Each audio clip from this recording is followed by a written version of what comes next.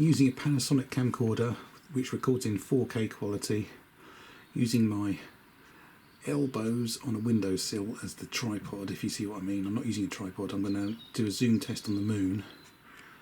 Okay, this is 1x zoom. This is what the camcorder would record in if I pressed record at this point. So I'm going to use the zoom button on the top of the camcorder. That's 12x. That's 23.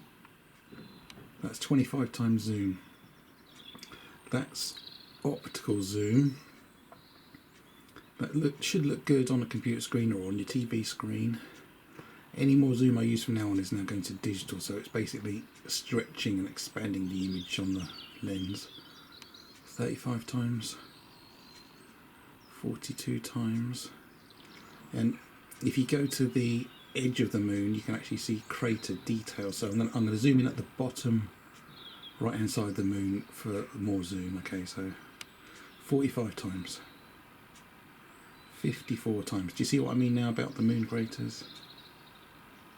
62x zoom, 74x,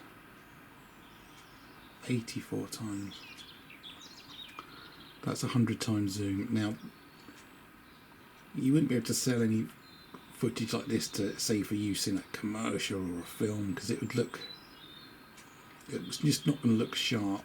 As I look at it on the 3-inch screen I'm using to record it on, it doesn't look that bad, but I know once I watch this on a bigger screen it's not going to look great. And you can see that white dot there. Let's zoom in on that. What's that?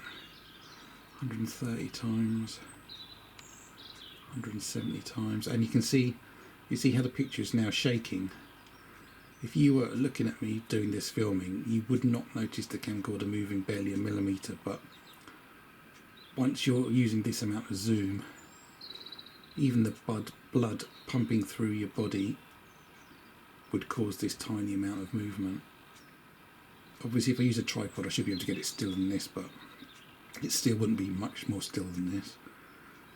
Sorry, I forgot to count. That's 250x zoom, and whatever that object is.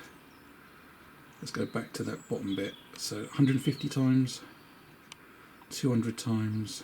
Oh, look at that detail. Now you really can see detail. It's almost like using a telescope.